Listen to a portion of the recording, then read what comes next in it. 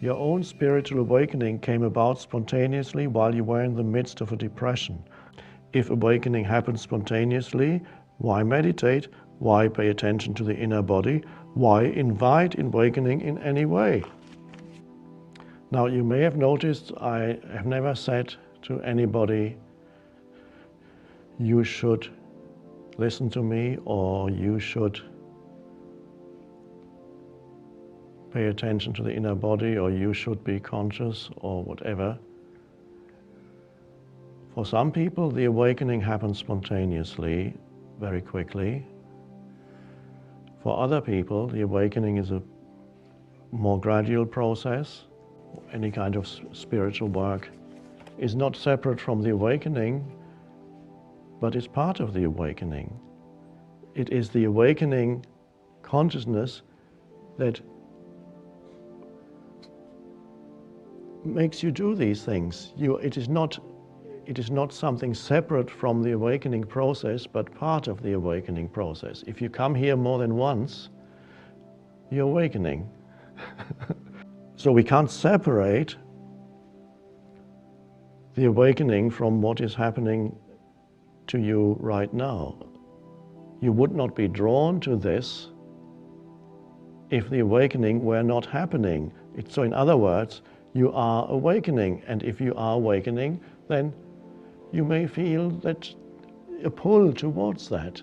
But the pull is not so much, the mind may misinterpret it. It may say, I need to become fully awake. But you're awakening already, right? It's already happening.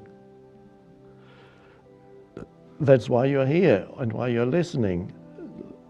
So we can't really separate that. Something wants to come through here, through this form. Something wants to come through you. And so then you take up some spiritual practice. There's an inner urge to take up spiritual practice. That's the awakening. It's happening. It wants to make room. And sometimes the awakening makes room drastically. It just pushes everything out of the way, like a volcano. And at other times, and more frequently, the awakening is a more gradually eroding of the egoic layers that cover the splendor that's underneath, that which wants to come forth. It's a gradual erosion from within and from without. Sometimes suffering helps too a little bit. So it's undergoing the process of awakening. So you're awakening already. It's not something that's going to happen.